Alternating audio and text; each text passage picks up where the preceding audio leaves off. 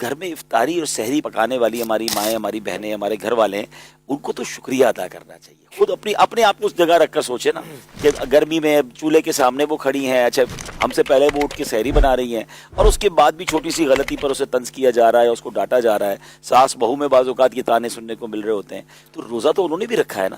تو اگر ہم نے روزہ رکھا ہے تو انہوں نے بھی روزہ رکھا ہے. تو یہ بھی ایک صبر ہونا چاہیے کہ اگر کھانے پینے میں کوئی چیز کم رہ گئی ہے تو افطار کا وقت تو مغفرت کی دعاؤں کا وقت ہے، آنسو بہانے کا وقت ہے کہ روزانہ افطار کے وقت 10 لاکھ بخشے جا رہے ہیں. اور ہمارے گھر میں بعض گھروں میں تو ایسا لگتا ہے کہ افطار میں کوہرام مچا ہوتا ہے کہ بھئی ابھی تک سموسے نہیں بنے، تو ابھی تک شربت نہیں آیا، تو دہی بڑے کیا ہیں. پتہ نہیں ایسا لگتا ہے کہ کچھ چیزیں لوگوں نے شاید یہ سمجھی کہ اس کے بغیر افطار ہی نہیں ہوگا یا رمضان ہی نہیں ہوگا. تو ایسا نہیں ہے. ویسے بھی صحت کا خیال رکھیں اور دعاؤں پر توجہ دیں.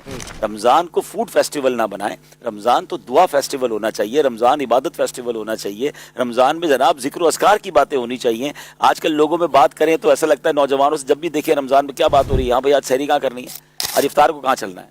یہ بات کیوں نہیں ہو رہی کہ آج تراویح کہاں پڑھنی ہے، آج درس قرآن کہاں ہے، آج دعا کہاں ہے، آج اجتماع کہاں ہے، آج محفل کہاں. یعنی یہ دن اور راتیں تو عبادت میں گزرنی چاہیے. تو یہ صبر یہاں ضروری ہے.